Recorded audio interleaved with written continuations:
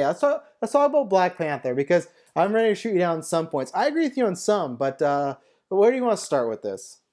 So I'm going to start with that the Academy Awards are originally designed for excellent in cinematic achievement. Cinematic is the word that I would like to highlight, not cultural phenomenon. I'm Oh, not going to deny that people love Black Panther and that it is a cultural phenomenon. I totally get that. All my students love that movie. They always talk about Black hmm Panther. Actually, I shouldn't say that. When it first came out, they did like last year. Now nobody talks about it. But that's like a weird, I think that's like the Twitter world we're living in. it's Nothing just really has the same quick, yeah, uh, like longevity that they used to, like when like the when the prequels and like Lord of the Rings came out. That was all everybody talked about until the next one came out. yeah. I think Black Panther is the third best Marvel movie of the year. I think I thought You like Endgame. Ant-Man and Wasp more than Black Oh Panther? no, I'm counting Deadpool. Sorry. Okay. I can give you Infinity Avengers, War. Deadpool, and Yeah, yeah, then no, Black no, Panther. that's fair enough. I was like, come on now. But So here, before you uh, continue though, because I want to bring up one point, okay. your whole like, oh, excellence in cinematic, blah, blah, blah. If it was like us talking about it or the rest of the world, I would understand that. But it's the Oscars who every year pretty much show how contradictive they are to their statements like that. And I have a list after you're done of movies I could throw at you that I think are much worse than Black Panther. And I think just the obvious one when you talk about culture phenomenon, why else did Avatar get? So I knew you were going to bring up Avatar, and I'm not going to defend Mhm. Avatar. I don't think it should have been nominated either. But that's what I mean. They It's a have a reduction track of record. They have a track record of this is the big movie. This made a change in Hollywood some way, and I'll talk about how it did. But this made a shift in one way. This is why we're awarding it. It's not going to win. I don't think it'll win unless there's some split votes that happen. But I think it's. I don't think the Oscars, if they always were always just about what's the best movie, then sure. But I think there are many times, like I said, they're political or they're about, oh, Al Pacino hasn't won an Oscar. Let's give it to him for Scent of a Woman. So it's like they're all over the map, right? So I feel like this fits maybe from a quality stamp. I have the Al Pacino one in my notes of being like, no, this is one of the things where like, yeah, the Academy gets shit wrong. But I'm saying as someone that if this is what the Yeah, Oscars yeah. represent, this shouldn't be nominated because there was nothing excellent in its cinematic achievement. I'm not saying Black Panther is a bad movie. Mm-hmm. I thought it was mediocre. I thought it was very formulaic for a Marvel movie. And Oh my god. are you serious?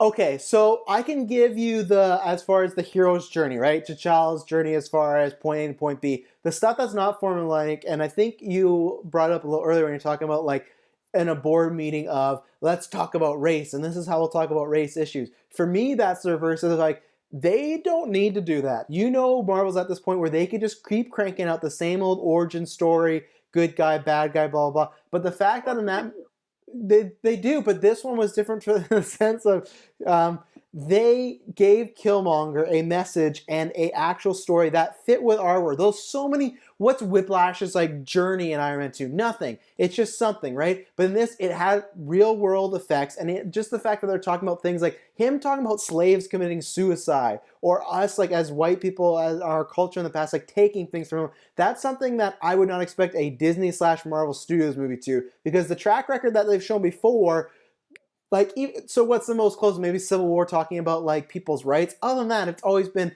let's beat this alien, right? So that's where I could say it's not a cookie cutter. As far as the like I said, her hero's journey, sure, but they didn't need to do that. They could have just made Killmonger be like, I want to take over Wakanda. Why? Because I want to. Because they've done that before. I can agree with you there. But this time they made a reason, and they made for me a moment in the film where I might be on Killmonger's side because he's not saying things that are wrong. It's when the turn happened, and he's like, let's just kill everybody. It's like, okay, well, we don't want to do that. And that's where, yeah, it does get a little formulaic, but I and think, that's why I don't think it should deserve to be but nominated that's where, because I think I was gonna say the first half. You're right. mm, It imposes these questions. They're like, oh, this is interesting. Hey, we got an actual idea to tell. But then Disney comes in and says, no. That won't make $1 billion. What you need is a terrible CGI fight at the end, and that's where it loses it. And then what you still have is a Wakanda run by wealthy and feuding elite that, despite its advanced technical abilities, does not have a means of succession beyond lethal combat. well, How yeah, is that? How is hopefully that that like changes, a remotely original film and like something that's like a proud stance? You're like, oh, don't worry, we still have to beat the shit out of each other because I know that's why you came. That's why I don't think Black Panther should be nominated.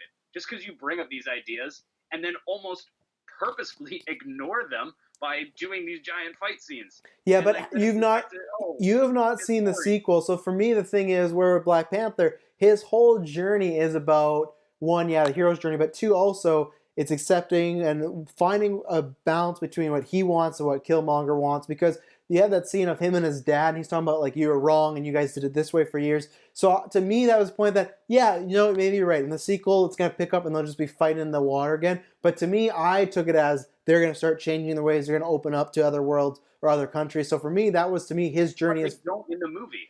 So they what do you're no, saying they is do at the right. end. No, like okay, as far as the kingdom stuff, yeah, but they do go to another country. They do start making those strides like let's be better, let's extend our hand to other people and try and help, right? So there's not gonna be they can't just throw in a random king fight in the last 5 minutes again and be like boom. And the thing is, yeah, it You is know a they will. what? Well, You know they that will. they did though. But that's what I mean. You see a change in him as far as we need to change our ways. And I agree with you. Yeah, it is a big Marvel battle at the end. But that's why, as far as comic movies, I put it so high because they could have just done that the whole way through. And if you're talking about on like the real world aspect, as far as like that cast and crew being like what 85% black or something like that, that's a huge milestone for just Hollywood, right? And we talk about like I said, legacy. They do that sometimes. So I see like that's why it's in there. Another reason why it is a big achievement. Whether it's not like if that's what they are to celebrate film, that is a huge achievement just for the world to be like for years to be like, you know, you couldn't have a black superhero because it couldn't be that. That movie in North America has made more money than Infinity War. So I feel like it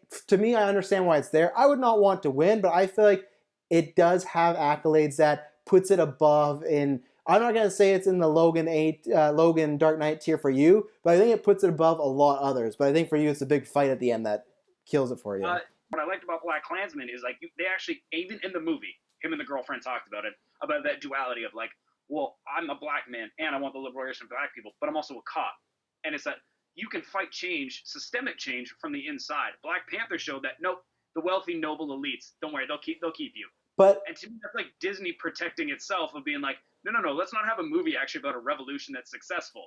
Let's have a movie about a revolution that's quashed and how bad is Killmonger, right? Because he just wanted to kill people. That's what I revolutions don't are think, but bad. that's not the point at the end. I don't think. Okay, but you don't think that has something to do with the fact that Disney just goes out of its way to buy up all these extra companies, goes to buy out all these things, and make this clean, sanitized product that Well, only seems to benefit them? I don't think so And because one, got a formula that's meant to sell more toys. It's meant to sell this expanded universe. It's meant to sell more Disney shit all over the world. It was not made because they were like, hey, I got an important message to say, like Spike Lee does with Black Klansman. It was like, hey, you know what? It'd be really convenient if we made a black superhero. Hey, nobody remembers Blade, so it doesn't matter. We can just say he's the first black superhero and just shit they on said Black he was the Knight. first MCU. I hate that narrative. Same thing with Captain Marvel. People be like, "Oh, they keep saying she's the first." No, they're saying she's the first in the MCU in this iteration. Because yeah, they don't need to acknowledge the past that much because they didn't have much to do with that. Like this is an achievement for them. And even with Blade, that was big, but it wasn't to the big at this level. And to me, I agree certain themes as far as Black Klansman, but you can't look at Black Klansman and say, hey, this movie that is distinctly about a guy dealing with the KKK. Yeah, I had said 3Ks. And then Black Panther, which is just a superhero movie, that should not be on the same rate as far as tackling race that Black Klansman was. To me, Black That's Panther. exactly why it shouldn't be nominated. You've made the argument for me. You're right. They're not on the same level because it can't be on No, the no, same. I say the same level as far as if you're just talking about a race movie. This is not what is the best movie that tackles race. This is what's the best movie overall in the year. And that's where then fine, I will throw to you. Because obviously you would replace Bohemian, right? And Yeah, Black yeah. Panther. So what are the two movies you would have put in there? I would have put First Reformed Okay. in because I think that movie is fantastic.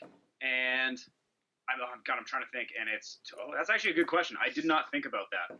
So Well, that let's take Black Panther out. We'll keep Bohemian Rhapsody, and First Reformed can go you in. don't believe that. You actually don't believe that. No, I'm not even trying to be at all.